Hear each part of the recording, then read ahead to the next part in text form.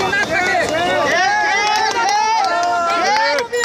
ক্ষমতা কেউ যেন দখল করতে না পারে যে আমি আমার সারা জীবন প্রধানমন্ত্রিত্ব চাই, আমার আর কিছু চাই না, এরকম বার্তা যেন কেউ দিয়ে অত্যাচার অনাচার করতে না পারে। ডক্টর ইউনূসও উনি ক্ষমতায় থাক, কিন্তু 2 বছর থাক, 2 বছরের বেশি উনি থাকতে পারবেন না, এবং আইনও করে যাবে যে 2 মেয়াদের বেশি এদেশে কেউ ক্ষমতায় থাকবে না।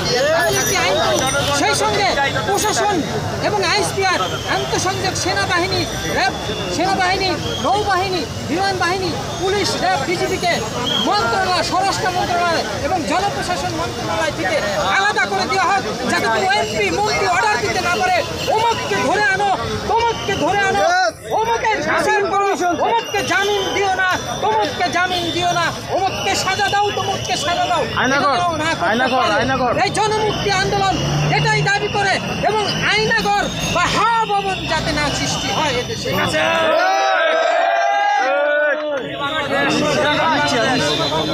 আমরা চাই ডক্টর ইউনূস 2 মেয়াদে ক্ষমতায় থাকবে।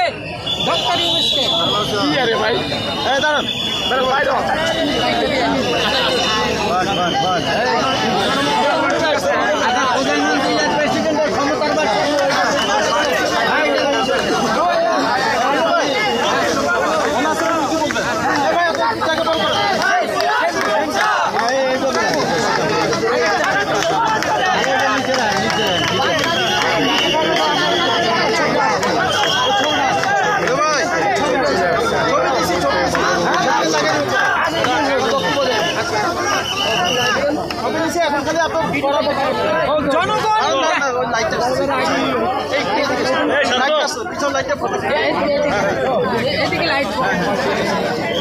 ভাই আপনি ছোট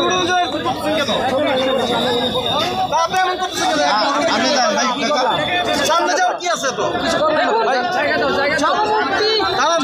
মুক্তি নেই, জনগণ জিম্মি হয়ে আছে রাজনৈতিক দলগুলোর কাছে। আমি দেখছি যে রাজনৈতিক দলগুলোর কাছে জনগণ আর জিম্মি। একজন এক এক সময় ক্ষমতা আসে, ক্ষমতায় এসে প্রধানমন্ত্রী নামক দানবীয় শক্তির বলে, প্রধানমন্ত্রী নামক একটি শক্তি তারা সারা জীবন পেতে চায়। এই সারা জীবন পেতে চায় বলে তারা কিন্তু বারবার প্রধানমন্ত্রী হতে চায়। কেউ কেউ 10 বছর, 20 বছর বা মৃত্যুর আগ পর্যন্ত প্রধানমন্ত্রী নামক ক্ষমতা চায়। ডক্টর ইউনূসের কাছে আমার একটাই দাবি, 2 বছরের 2 মেয়াদে কেউ যেন প্রধানমন্ত্রী থাকতে না পারে। অবশ্যই আবার একই পরিবার থেকে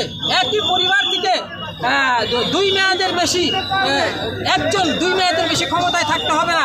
যদি ওই পরিবার থেকে 20 বছর গ্যাপ দিয়ে আরও একজন ক্ষমতায় আসবে, তার আগে আসতে পারবে না, এটাই দাবি করি। এছাড়া